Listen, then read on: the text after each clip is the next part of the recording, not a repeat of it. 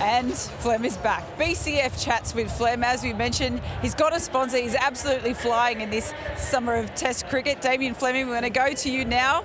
Much anticipated chat with one of your old mates. Without overplugging the sponsor, Mel, BCF have been sensational, and I'm excited. Ex-former teammate, a Robinvale boy, over 10,000 first-class runs. He's an AFL footballer, state cricketer, and in all the polls in the modern era, who's the unluckiest state cricketer to never wear the baggy green? Fortunately or unfortunately, it's Jamie Siddons. Spanner, yes, thanks for joining us today. No worries, it's a pleasure, Flem. Now, if we could just go back a little bit, your love of cricket, the shots through the offside and Robinvale, where did it all start? Well, in the nets at Robinvale Primary School and then Robinvale High School with my father was probably the person that got me into it, like most kids, and yeah, I just loved playing cricket and footy in winter. Yeah, well, you've led into the football. We've got some footage. In a night grand final, you were best on ground, 2 seconds into the game. Let's see what happens. Tap down to Siddons. Yeah. You got the first touch. Can you talk us through what happened here? Just don't get the first kick in a grand final. That's what I learned. Terry Danihar made a statement, I guess. Ran in from the wing. Steve Talbot taps it straight to me. Easy kick.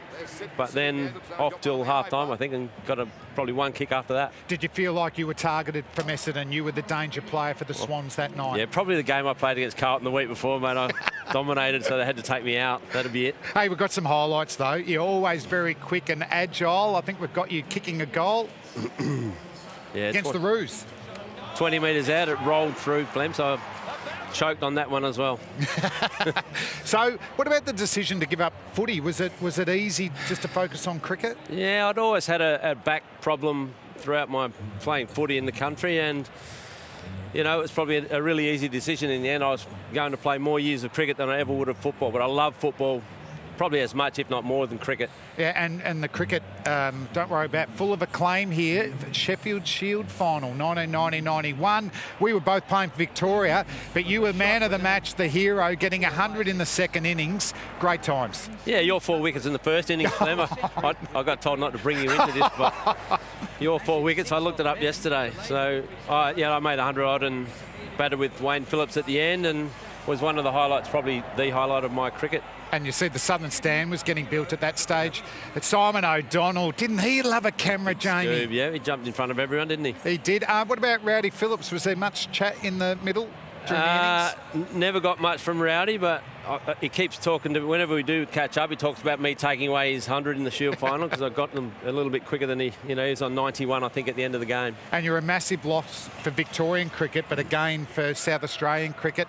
And you led them to another Shield final win in 95-96. Yeah, we played WA. We hung on for a really tight draw in the end, which was a win for us. So they still haven't won another one, or we still haven't won another one. It's been 21 years now, so that was another real highlight. Is that you getting out? That was me getting out with 9 overs to go, leaving McIntyre and Shane George to face those last 9 They had overs. A combined batting average of 6. How much faith did you have that Georgie and Aussie Mac could actually get you through? Yeah, I spent a long time in the back of the sheds taking my pads off and just thinking I'd thrown the game, but came out with about 15 balls to go and they survived. On behalf of the Channel 7 cricket crew, we'd like to thank you for having the patience in captaining 2 of our members, Blewett and Brayshaw. How high maintenance are they? Yeah, they were probably 2 of the worst people to have in your team. Very high maintenance. Bluey, Brayshaw, I had to send him out of slips down to third man one day when he dropped a sitter. He thinks he broke his thumb that day, but don't go off, get back down to third man and play the rest of the game down there away from me. When you made the move, unfortunately, first game you played against the Vicks, big Merv Hughes bowled a bouncer to you. I think we've got some footage. This will be good. And it's not great to see.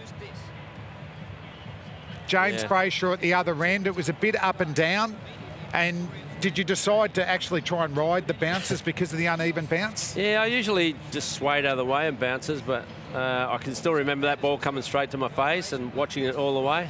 A little bit of damage and an operation about 3 weeks later. Yeah, not a great moment in my career. No, but we know Merv's a tough man and he's happy to apologise. I believe we may have an exclusive first, actually, coming up. G'day guys, Jamie Siddons. Mate, if I haven't apologised enough already, I'm very sorry. The incident at the MCG many years ago, I think it was your second year with South Australia, after leaving Victoria, bowled your bouncer. I thought it hit your glove in front of your face, went back onto the stump, so I was carrying on like I got a wicket, and then realised that it had hit you in the cheekbone and done a fair bit of damage. Cannot apologise enough, Jamie. Mate, love you to death. You should have stayed a Victorian, but mate, I still love you. Very, very sorry. 30-year apology. It took only 30 years. Taken a while. Can't believe he actually did it. Didn't hear a lot of it, but I'll look him up and see if he can do it again. Hey, Jamie, I said at the start you're an exhilarating batsman and a brilliant fieldsman.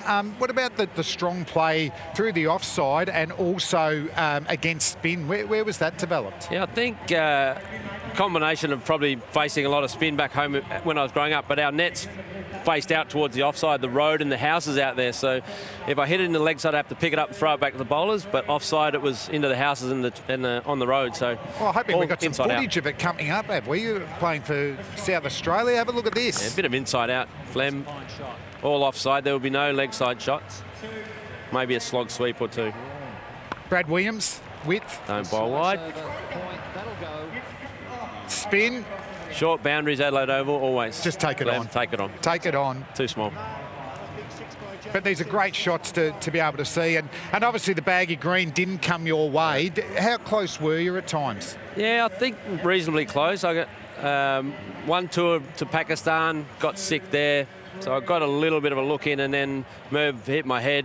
Next time I was in form, Merv took me out of the game for a month or two, so that probably was my second chance, Merv. Thanks very much. Yeah, thanks, Merv. And some shots with the kids and also your own coaching. How's it all going? Yeah, it's going great. I moved on from the Redbacks coaching job, and now I coach probably 10 to 13, 14-year-olds. I think I can have a real influence in Adelaide with young players and hopefully around Australia. I think I've got a handle on what it takes to be a good player. So I'm working a lot with the young kids now. That's online. Everyone can get to you there. Yep. Now, Jamie, no one goes away a loser here. And the man of the match, the BCF man of the match for this lunchtime gig is you, Jamie Siddons. Thanks, Flem.